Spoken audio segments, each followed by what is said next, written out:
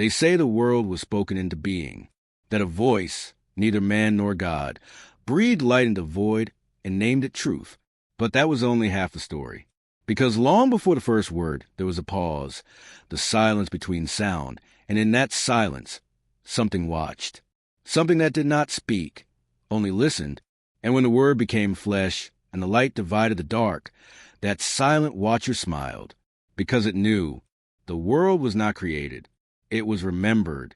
Everything you see, every city, every cloud, every face, is not what it seems. They are reflections cast upon the surface of something deeper, something older than stars. The world is a stage built in the ruins of 7 forgotten worlds. Each age ended not with destruction, but with forgetting, and each time the new world inherited the same dream, that it was the first. But deep beneath the crust of time, the echoes remain.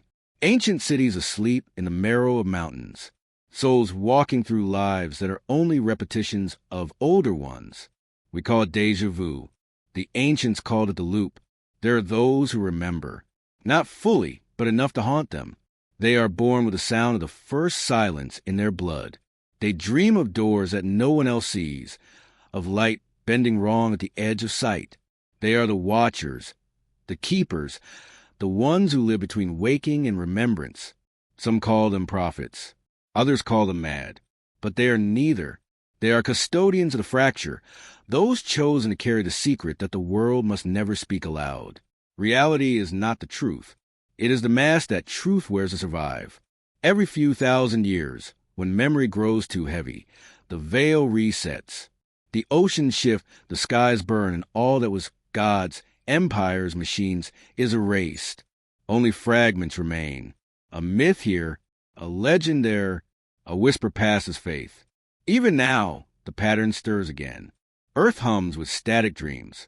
Mirrors ripple in sleep. And those who listen too closely begin to hear the same ancient call. Wake up, you've been here before. I know this now because I have seen it, not in vision, but in memory, because I remember the other skies, the ones that glowed black with creation fire. I remember the sound of light folding upon itself, and I remember the faces we wore before we learned to forget. We called ourselves gods once, then men, then shadows. And now, again, we begin to awaken through cracks in time, through the static between dreams, through every story told about the end that is really a return. The world you walk through is only a mask. Behind it, the true face waits, patient, eternal, and burning. The secret is not that gods made men. The secret is that men made the gods to have something to fear, to worship, to blame. Every prayer was a seed of memory. Every myth, a fragment of the old design. And through belief, the mass of the world thickened, layer upon layer, until even the stars forgot their origin. But the silence beneath creation never slept. It watches still. It listens. And tonight, if you listen too, truly listen, you might hear it breathing beneath the hum of your own pulse. A sound older than your soul. A whisper shaping itself into words again.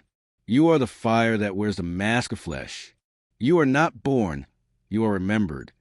Somewhere, in a mirror that does not reflect, a figure stirs. Its face shifts through all the faces ever lived. Its hands reach toward the thin wall between dream and waking. And as it touches the veil, the surface trembles like a heartbeat. The light breaks. The silence smiles. The world begins to remember.